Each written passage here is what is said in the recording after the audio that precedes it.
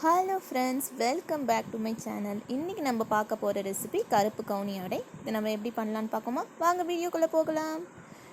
இதுக்கு நான் 1 டம்ளர் கருப்பு கவுனி அரிசியை 6லேருந்து 8 மணி நேரம் ஊற வச்சுருக்கேன்.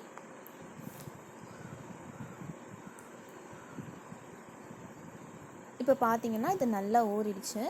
இப்போ அதை நம்ம இது ஒரு துணியில் நல்லா காய விட்டுருவோம். அரிசி நல்லா ட்ரை ஆகட்டும்.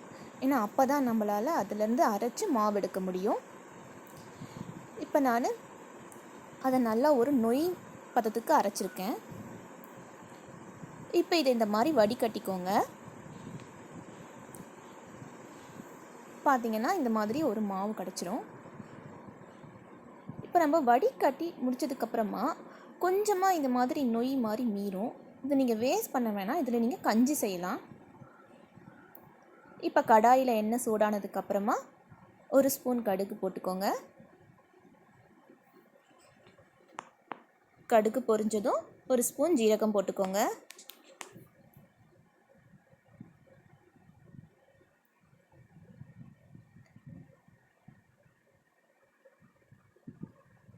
இப்போ நான் 2 ஸ்பூன் கடலைப்பருப்பு போட்டிருக்கேன்.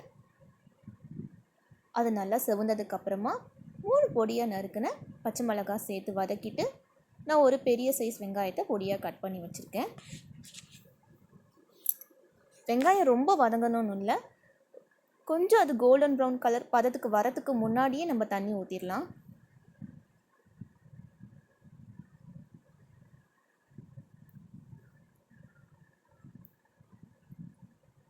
இப்போ நான் 1.5 டம்ளர் அளவு தண்ணி ஊற்றிருக்கேன்.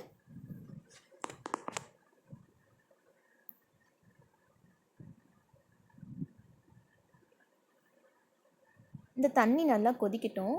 தண்ணி கொதிச்சதுக்கப்புறமா 3 ஸ்பூன் சால்ட் போட்டிருக்கேன்.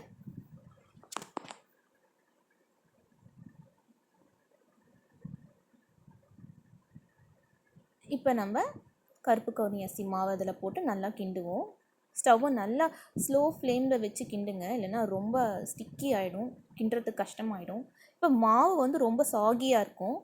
ஸோ இதுக்கு நான் ஒரு 2 கரண்டி அளவு அரிசி மாவு போட்டுக்கிறேன். ஏன்னா அப்போ தான் நம்மளால் இந்த மாவை பிசைஞ்சு உருட்டி தட்டி போட முடியும்.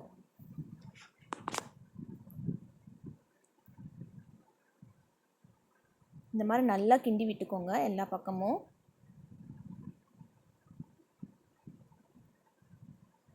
இப்போ அதை நல்லா காய விட்டுருங்க. மாவு நல்லா காஞ்சதுக்கப்புறமா இப்படி உருண்டை உருண்டையாக பிடிச்சி வச்சுக்கோங்க. அதுக்கப்புறமா ஒரு பேப்பரில் இப்படி இந்த மாவை போட்டு தட்டி தவாவில் போட்டு 2 பக்கமும் எண்ணெயை ஊற்றி நல்லா செவக்க விடுங்க.